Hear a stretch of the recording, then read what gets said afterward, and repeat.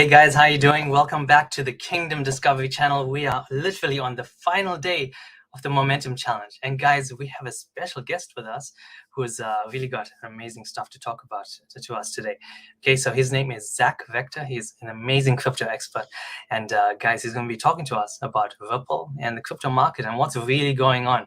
Okay, so I'm really excited about this because, you know, this entire time during this Momentum Challenge, we've done teaching, we've done prophecy, we've done healing, we've done deliverance, we've done every single thing. We did health, and we talked about family. It's been 21 days of hectic stuff. And I really believe to wrap it all up for what's about to come, talking about the financial arena is a huge topic, okay? And there's a lot of truth behind it as well, okay? So hopefully we can pick my brother's brain for this. So my friends, also just to tell you guys, tonight I'll also have at 8:30 p.m. AEDT, we have somebody else. His name is King Kelly, coming on to speak with us already about the spiritual civilizations and things like that. So my dear friends, please welcome to the stage a very important man in the crypto space right now. Okay, his name is Rector. Hi Zach, how are you today? Doing good, Kurshin. Thank you for having me on. It's my pleasure. Thank you so much, man. It's a real honor. It's a treat to have you as well. So thank you, my friend. God bless you. So my dear friend, please tell the audience a little bit about yourself so they know a little bit about who you are and your background and how you got into the crypto space. Yeah. Thanks for having me on. I appreciate the opportunity. So my name is Rector. You can find me on most social media platforms just with my name. Very easy to find me. I started making content last year. Basically, started making TikToks in February. I got lucky. I got in when TikTok was really pushing crypto influencers, and crypto TikTok was really popping off. And so it was a good time to get in. And I just recently started going on YouTube and making YouTube content within the last couple months. But yeah, we've basically been investing in cryptocurrency since 2018. I've been running my own business for 6 years. So I'm a investor and an entrepreneur. And now I'm trying to basically run a community where I help people who are new to the crypto space get caught up to speed on what's happening and how we're preparing ourselves for what I call the greatest transfer of wealth in world history. And so the opportunity is pretty incredible. We have a lot of fear, misinformation in the world right now. And so I'm just trying to get people to the truth and give them actionable advice that they can actually take to prepare themselves and their families. So good, man. See, that's the kind of stuff we need right now. You know, like for too long, the church and people in general have just been too poor. You know, there hasn't been the middle class for actually what it is, you know, and I believe that the wealth transfer is really going to pull everybody out of that and flip the entire society, society altogether, you know.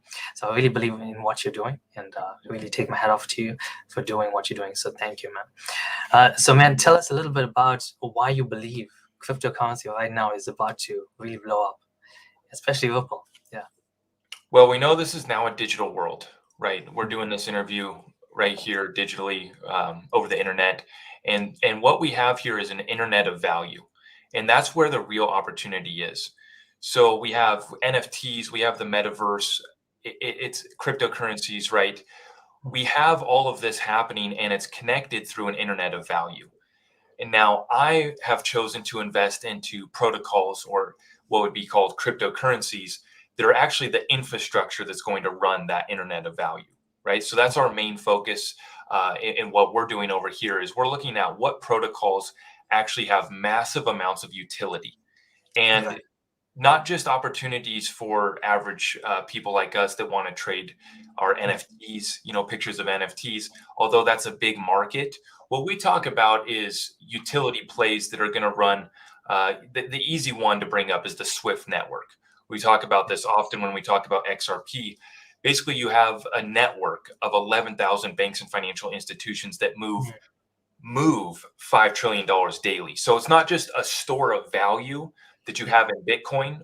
That's, you know, Bitcoin, the market cap is about $1 trillion. I think it's less than that now. But we're talking about not just a store of value in gold that's at like 8 or 9 trillion right now. We're talking about $5 trillion getting settled up or moving, being exchanged daily. So that's a serious utility and use case. And, Yeah. and when I talk about the different opportunities in crypto, and when I'm looking for my own personal investments, I'm looking at those types of protocols and opportunities. Mm. I understand NFTs. I'm super bullish on that utility of the smart contracts that are going to represent digital ownership of items, ideas, everything from songs to pictures, right? Even real estate. And we are Mm. going to see the whole world get tokenized. So the opportunity is massive. There's opportunity to make trading NFTs right now. I'm missing out on that. I'm not trading NFTs. I'm kind of a long-term buy and hold protocols that are going to be here for the next 10, 20 years, right? So that's where I come from. Awesome. So, man, explain the strategy that you have for this.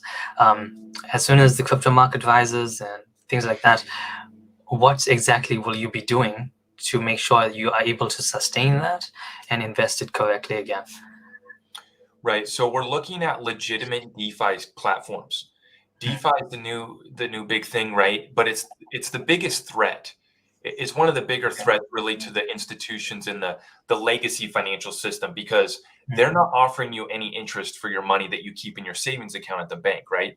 Yeah. So right now you can get, even just smaller 4 and 5% on your USDC stable coin, or even on like a utility coin that we like is Algorand, and you can get 4 or 5% on various platforms for staking, or basically just holding your Algorand on those platforms. So we're looking at that, and I'm looking to leverage my bags instead of selling them back to USD or fiat.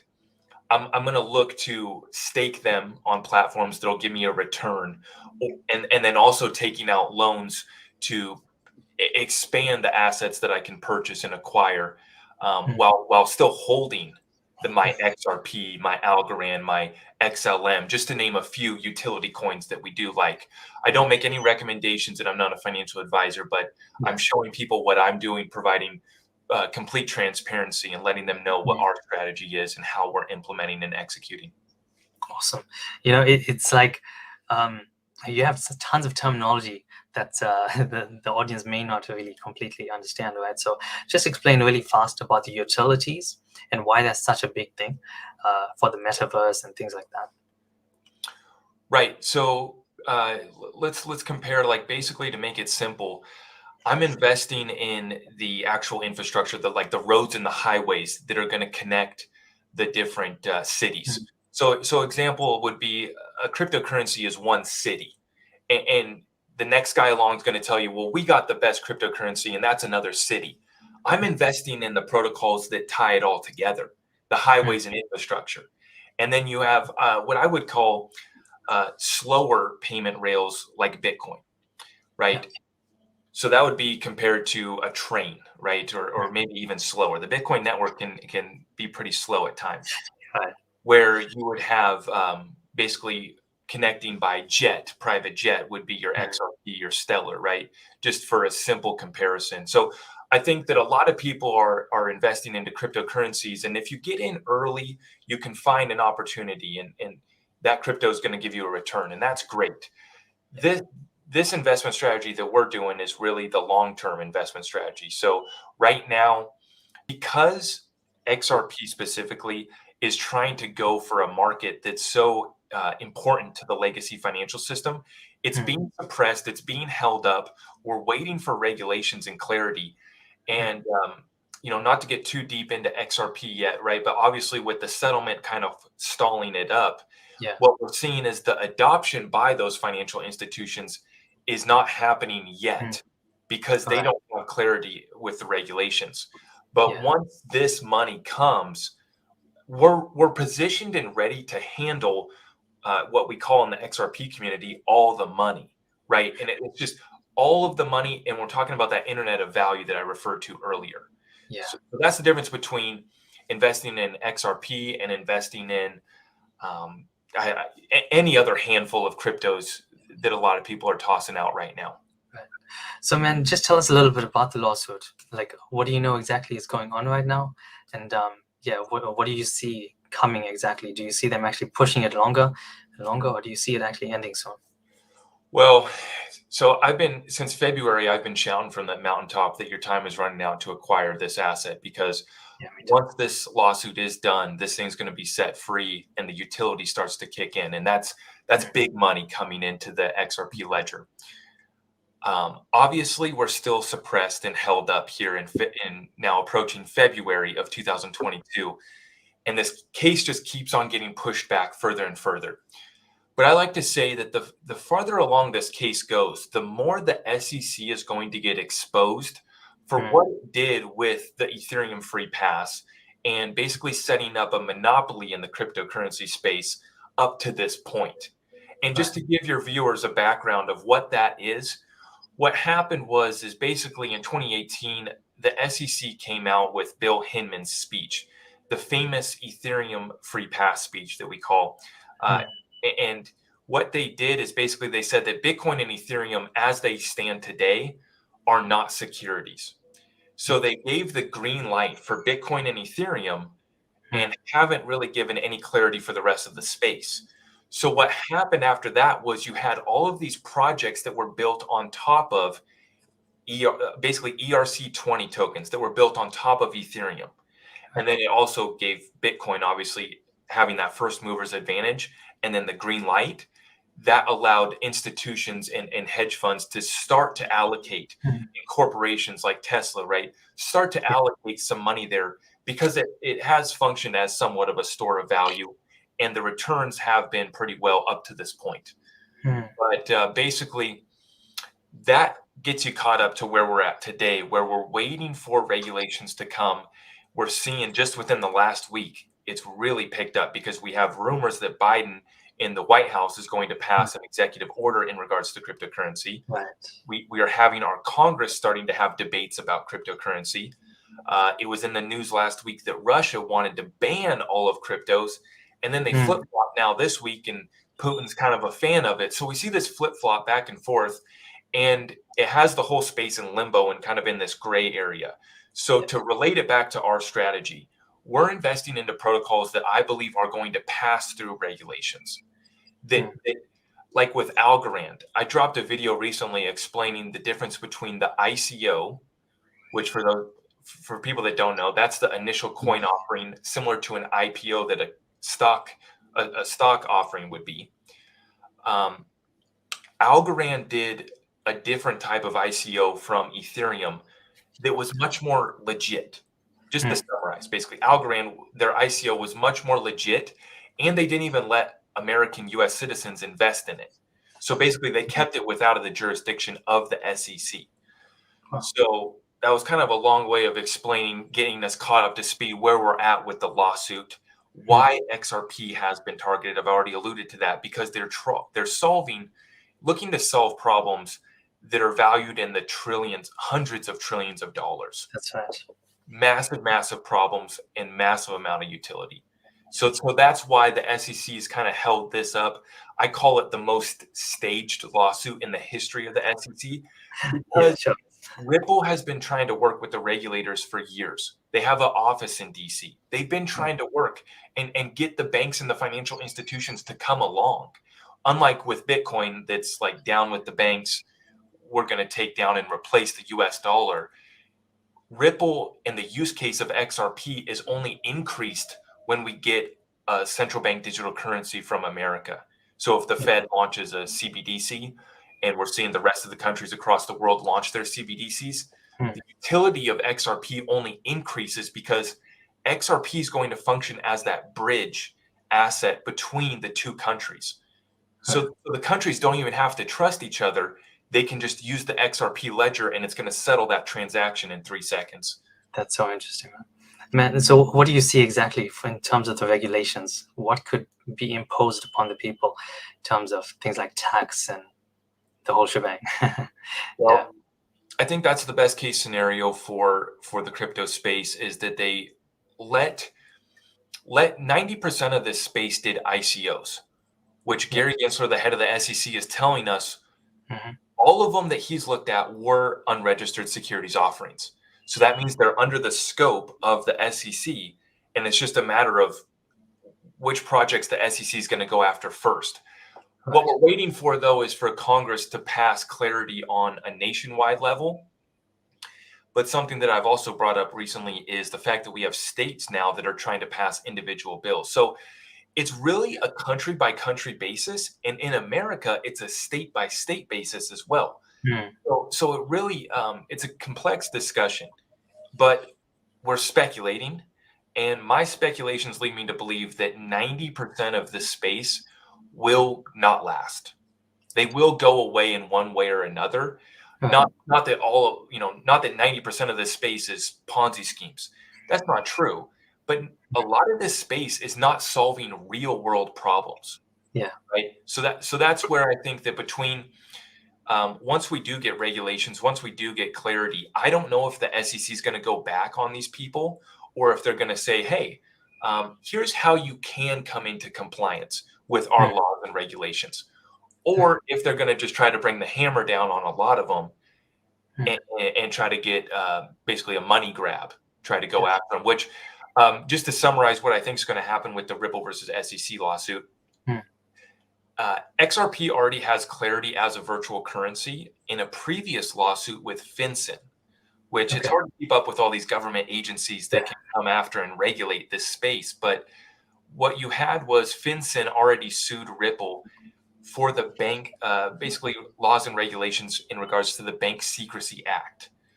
So I hope that I'm not getting too high level with all these terms and everything I'm referring to. I'm trying to make this simple for your viewers to understand. But basically the banking laws, which is KYC, AML, know your customer, anti-money laundering laws.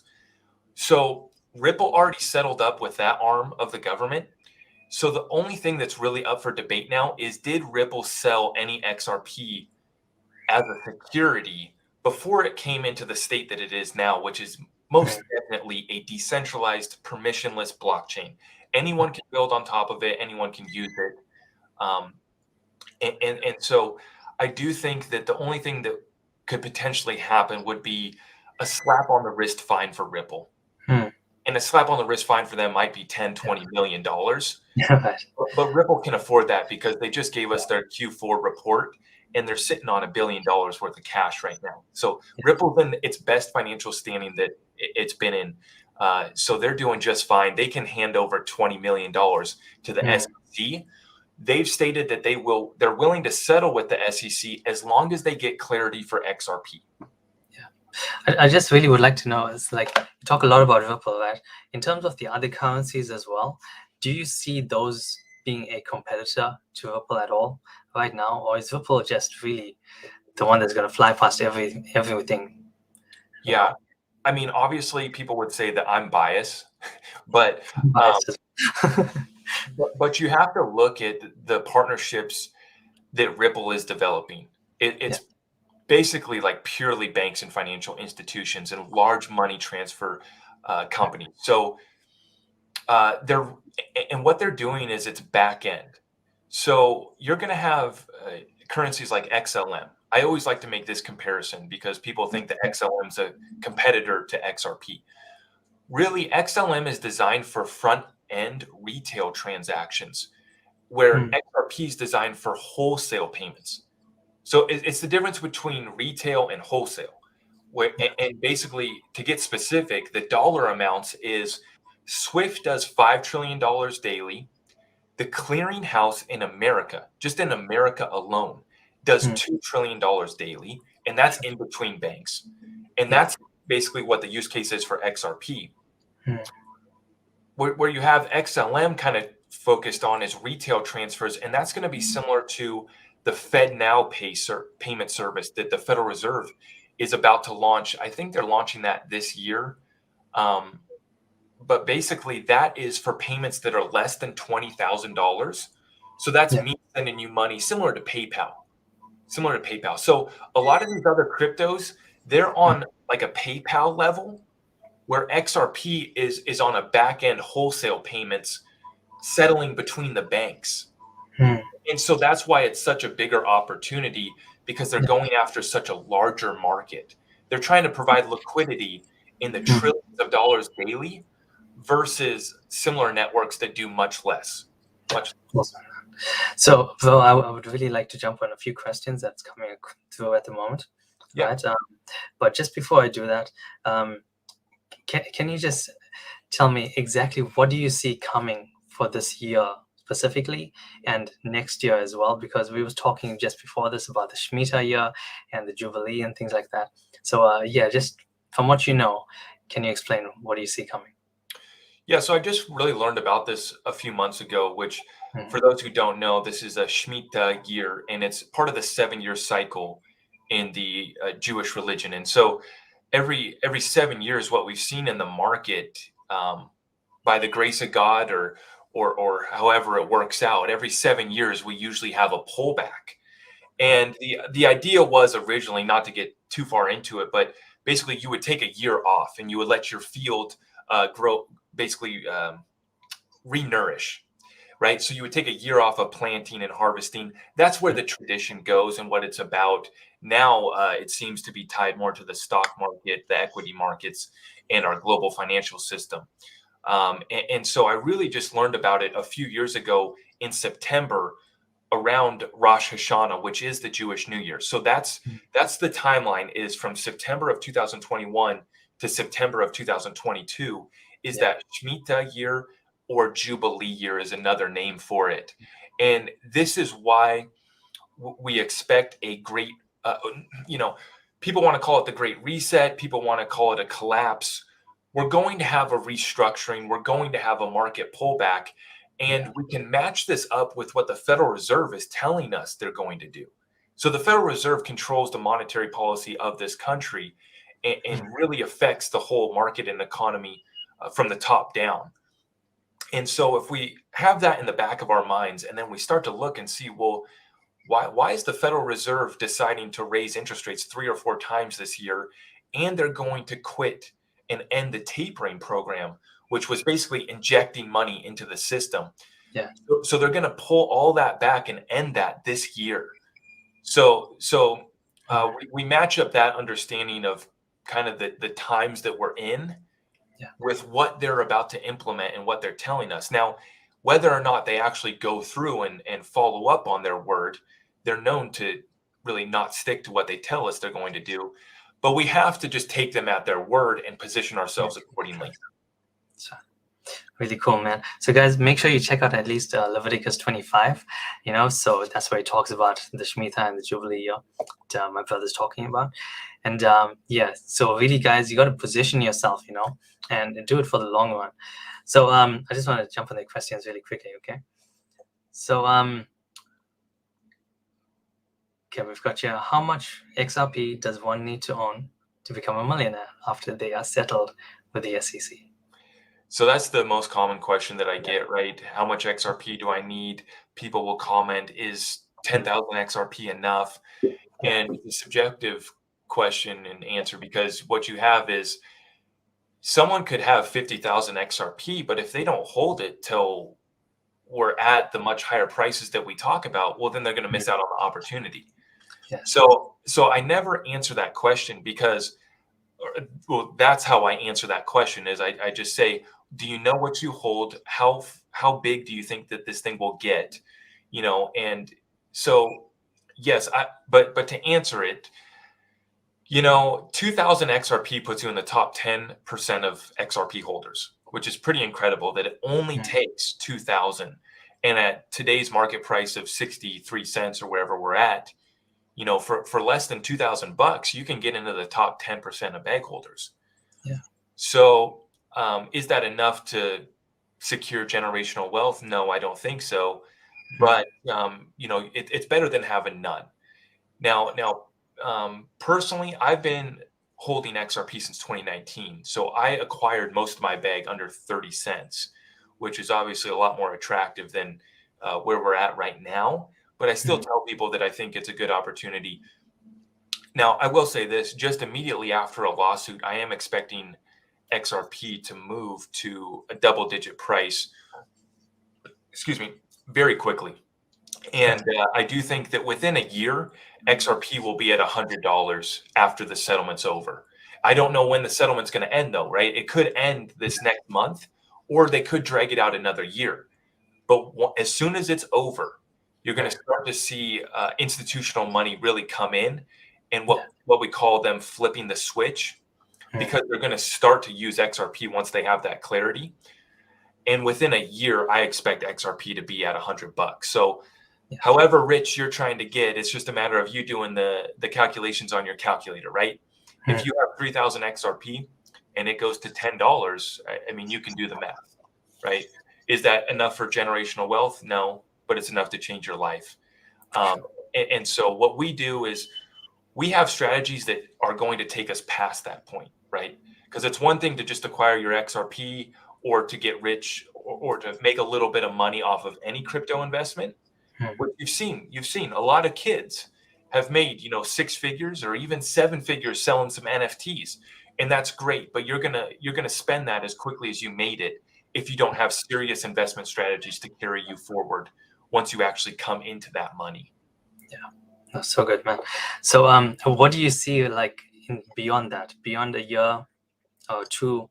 Do you see it going like higher than $100 at all? I do.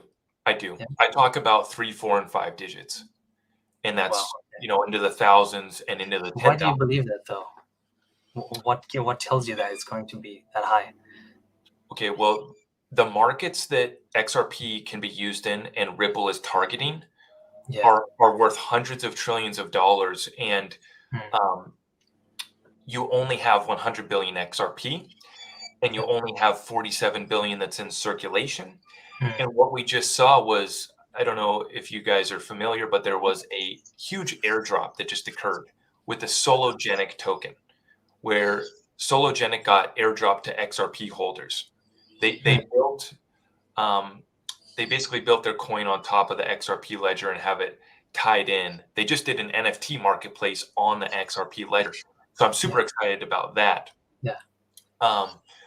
But where I'm going with that is you had over 20 million XRP that went and signed up for the airdrop. So to sign up for the airdrop, you had to move your XRP to a wallet or exchange that was participating in that airdrop.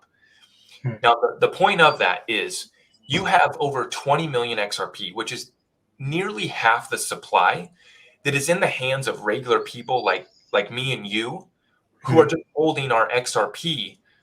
I don't know if you hold XRP or not, but regular people like me and you who hold our XRP, we wanted to participate in that airdrop. So that tells us that we have a limited amount of XRP that can actually go run the Swift network, that can actually go settle the clearinghouse in America that does $2 trillion daily. Yeah.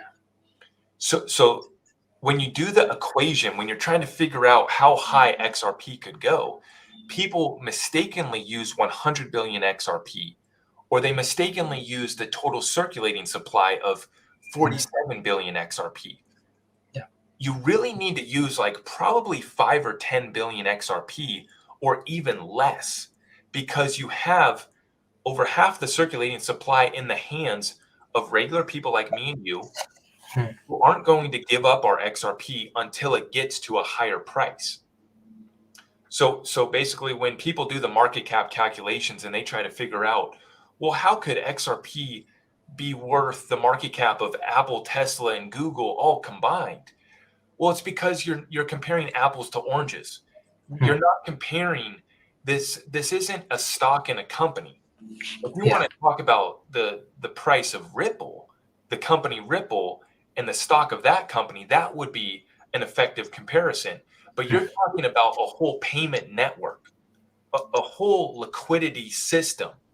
So it's basically Apple, Tesla, and Google sending money between each other, right? But in this case, we have banks and financial institutions across the world, part of the Swift network, not part of the Swift network. They can all use XRP. So basically, there's a lot of money that moves across this world daily. There's huge markets like derivatives that are over $1 quadrillion. There's Nostro Vostro accounts that are valued at over $30 trillion. The global remittances or cross-border payments is over $100 trillion per year. And you only have 100 billion XRP total. Ripple controls 50 of it in the escrow. So it's locked up, and we know it's only going to be released so often. So essentially, in a roundabout way of answering that question, there's only a few billion XRP to settle markets that are in the trillions of dollars. And so Cool. that's how we expect such a high price of XRP to be needed. And that's the clear part is we need that higher price to provide that liquidity. Super interesting, man. So do you actually see this being used as a currency inside of the metaverse as well? That Yeah, and basically, I don't invest in any of the metaverse platforms right now. But what's going to happen is Facebook's going to have a massive metaverse, and Snapchat's going to have a massive metaverse. XR, basically, Snapchat and Meta are both going to do all their banking with whoever they do their banking with. And those banks are going to use XRP. So that's even the bigger use case, because Meta, whatever currencies they allow in their platform, that's going to be good, right? But this is going to be interoperable. So this is going to connect Facebook's metaverse with Snapchat's. Right. Awesome, man. Okay, I just want to jump on the questions again really quickly, yeah? Sorry, my answers have been so long-winded. No, it's perfect, man. I absolutely love the knowledge that you have on this. It's very needed right now. It's really, really needed. Okay, guys, if you have any questions, just type it in the chat here. Okay, I'm just going through, reading your comments. Yeah, we got people from all over the place, and I'm reading the chat as well. So thank you for tuning in, guys. Thanks, guys. Okay, so I'm just looking for like really important questions. Okay, why can't Ripple claim double jeopardy if they were found to be cleared as an asset before the SEC case? Does it make sense? Well, they're fighting that fair notice defense, which is not double jeopardy, but basically what happened is it's two different laws that were broken, or that they were alleged to have break. So it was banking laws in regards to KYC and AML with the 2015 lawsuit. This lawsuit is about Ripple selling securities, selling the XRP, and the SEC's claiming that they sold it as a security. So it's two different cases completely, or crimes, you would say. Two different laws, and that's why it's two different agencies that they've had to deal with. Interesting, man. Okay, so we got your.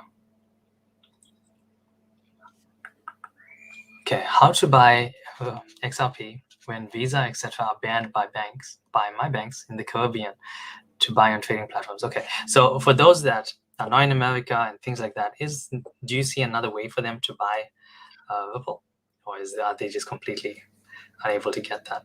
It's a challenge. There's states in America that are very tough to get on these exchanges, but there is a list. People need to understand that yes, you still can get XRP. People talk about the VPN route. That's the way that you can get in from wherever, right? I don't do any of that, but you have Uphold, Qcoin, Bitrue are just a few. There are more platforms as well.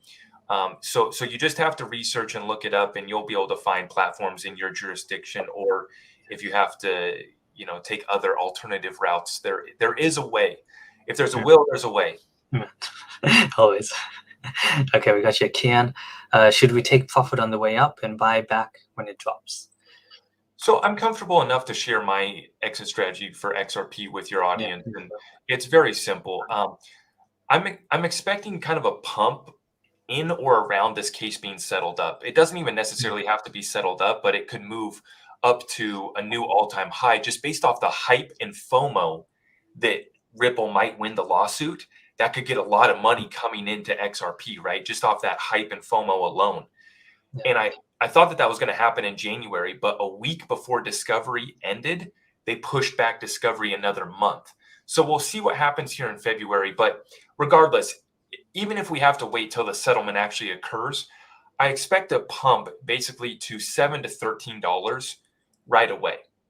So to answer simply, my exit strategy is I'm going to sell 5% of my bag if we get to $10. And then if we get to $20, I'll offload another 5%. Right. But then I'm expecting a serious pullback.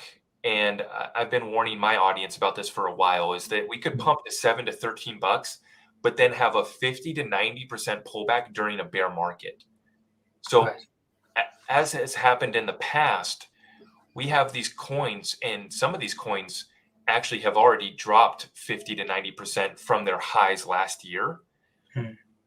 But just basically, I want your audience to understand that potential is there.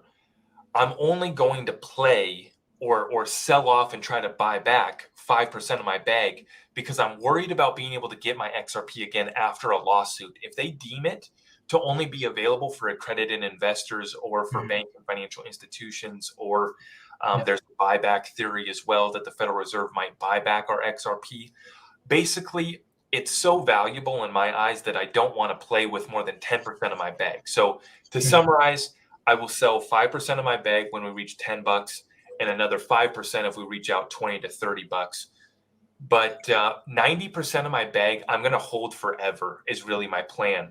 And I have different methods that I will leverage that bag through staking DeFi platforms, and also just being able to eventually, when the banks and financial institutions adopt this, you'll be able to go in and give them 5,000 XRP when XRP is at $100, right?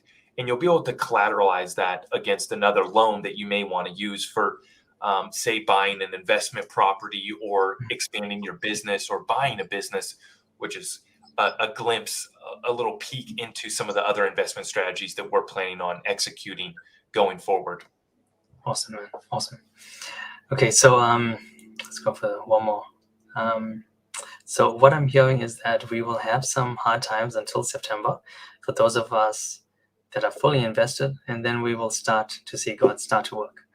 So we'll probably see some stuff happen before that, Fed, but you'll really see it in the Jubilee year. It's the Golden Jubilee year. So it's the 50th year, it's the 49th year at the moment. Go ahead, man. I appreciate that, and I want to say that we can see God working every day. Amen. We're in the middle of a battle right now, and there is light at the end of the tunnel, and that's why I've been trying to share my message, because there's a lot of fear, uncertainty, and doubt in the crypto space. They call it FUD, but there's also a lot of misinformation and a lot of people that are scared to take action.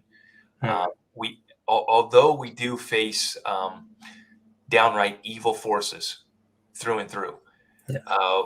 From the top down, we face evil. We face corruption from the SEC trying to, ruin our XRP opportunity here. All the way down to just in your day-to-day life, you're going to see people that'll try to screw you over in business. I see it all the time, and I deal with it all the time. Yeah. What we can do, though, is just be righteous people of God, and basically we can carry through most proven strategies that have been working for hundreds and thousands of years, right? And I like to say, I got this term from Dan Pena: as long as it's legal, moral, or ethical, I'm a fan of it, right? And so as long as you're doing right, as long as you're providing a service of value, I think that you're actually going to thrive in the coming years. Yeah, for sure. Awesome, man. Dude, you've given us some amazing answers today. Is there anything that you believe that we should know that we've not asked or discussed regarding like Ripple and the crypto market space? Yeah, I just want to say that we talked about this earlier. Regulations are coming. And so if you're already invested into the crypto space, you really need to take a look at, is the SEC going to bring your project under scrutiny? And consider that with what you're holding right now. If you're if you're brand new to this space, you have a fresh start. So you can avoid these projects that are going to be scrutinized by the SEC, right? But the SEC is coming, and the Treasury Department's coming. And so what I've been telling people is, if you're doing the more riskier stuff, which is, you've seen some of these DeFi platforms that are offering 8,000% staking returns, right? A lot of them are Ponzi schemes, to be frank and completely honest with your audience. A lot of them are Ponzi schemes. A lot of them are not sustainable. They will not last. But if you're doing that, which, I don't recommend you gamble, but I know that you can't stop. Some people are going to do it. Take your money and run. And what I mean by that is, if you do some of that more riskier stuff, you need to understand that they're coming for you this year, right? They're coming for you this year uh, in regards to your taxes as well. The IRS is going to put more scrutiny on cryptocurrency. Yeah. So you need to be prepared to pay your taxes. If you do some of these more riskier plays, as soon as you make back your initial investment, pull. Not to give financial advice. I'm not here to be giving you financial advice, but you want to de-risk. So you want to take your initial investment out of these platforms. If you do invest into one of these platforms that's offering you even 50% staking, that's substantial, and they're going to have a serious business model on the back end that actually makes that sustainable. So you really need to vet these projects out through and through. I mean, that's what I would say to everyone is, you really need to be willing to do your own research, and don't be chasing these projects that are shilled and promoted by a lot of these influencers out here that are very, very simply just getting cut a check to push the next opportunity to you. So I know that your audience, they're trying to find true utility, true value. And so it's just about doing your own research through and through. And when you make money in this space, don't be afraid to take profits. Awesome, man. So, dude, I would love for you to share a little bit about your Discord as well, and just a little stuff that you actually talk on there about, just so that they can also follow you as well. Yeah, I appreciate that. It's really a team effort. I have a really good, solid team in there now, and we've been around for like 7 or 8 months now, I guess. But the community's really grown. It's still exclusive, so it's not like these other Discord groups with thousands, tens of thousands of people in there. We're about over 150 right now, and so it's a pretty exclusive group. But we're talking about ways to prepare ourselves for what we call the greatest transfer of wealth in world history. And that's everything from our cryptocurrency investments. A real thing that a lot of your viewers may find interesting, or people that are going to come on to this, is if you're new to the space, you have other Discords that are charging you $50 to $200 a month, and they're trying to get you into trading and all this risky gambling. What we're just trying to do is bring along the regular person that works their job, has their business, and they're trying to start building their bag, building their portfolio on the back end, and get into solid projects, solid utility coins. So that's the information that we're providing in regards to cryptocurrency. We do talk about different DeFi platforms. We're looking at NFTs. There's a lot of the crypto space that we're trying to still research and vet, right? So we're vetting all these projects in there. But then we also have people that invest into real estate, and they share their knowledge on that. What we do that kind of makes it more exclusive and private is we're able to have conversations that we can't have on YouTube or TikTok. Yeah. So as much as I try to drop content on YouTube and TikTok for free, and I try to share as much free value as possible, there's just conversations that we cannot have on these public forums, and it's unfortunate. But that's going to be in regards to like health, right? Different conversations in regards to health, even our spiritual conversations that we like to have as well. But then recently, we just had one of my Discord members. He actually works, his company's implementing basically 5G technology. And so we had a conversation, deep dive on that was pretty fascinating. And so, yeah, we have weekly calls. I offer one-on-one conversations with my members as well. It's not meant to be financial advice, but I'll give you my honest opinion on your portfolio, on your business strategies, your investment strategies. And I offer that support in there as well. What else do we have? All of our weekly calls are posted in there, so people can go back and rewatch those if they missed them. And basically, we're helping new people get caught up to speed. And then we're a community of like-minded individuals that just want to have a space to talk about truth in regards to the whole world. That's it. Guys, I highly recommend following this guy. It's not often that you're going to have a man of integrity and also a man who follows God and listens to everything that's really going on right now. And so you can see that he's got a ton of knowledge, so please check out his things. Okay, you've also got Patreon, right? And you just released your website, so just tell us a little bit about the Patreon. Just to clarify, Kurshin, if you want to get into the Discord group, you just sign up for the Patreon. Okay. It's $17 a month, but that'll get you through to the Discord group. So you sign up for the Patreon, and we'll send you a link to the Discord, and we'd be happy to have you in. And like I said, when you have other Discords that are trying to upsell you $50 to $200 a month, they're trying to sell you a course for $2,000 to $3,000 on trading. This is for people that maybe just want to get caught up to speed. So we do charge for it, but I try to make it fair.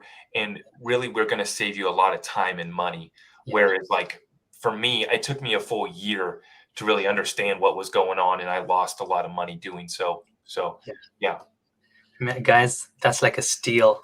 the price that these guys are charging just for this, the information, like, as you can see, this is the kind of stuff that can really change your life, and you're only just paying $17 a month. So please check them out, okay? And jump on his Patreon at least as well. So guys, thank you so much for joining us today. All right, please keep an eye out for tonight. All right, and this is literally the last day of the Daniel fast as well. So guys, I just want to take my hats off to you. Just want to honor you and say thank you so much for joining in this very long challenge. But it has been really amazing. So guys, also in all of this, we are also not financial advisors. We're not legal advisors. Alrighty, this is just the stuff that God has taught us, that we've done our own research, things like that, and we're sharing that with you. Alrighty, guys. So if you have any questions, make sure you reach out to Zach. Thank you again, Zach. It's been such a pleasure. Thank you. Yeah, I really enjoyed the opportunity. Thank you, Kurshin. God bless you. Thanks, man. Guys, yeah.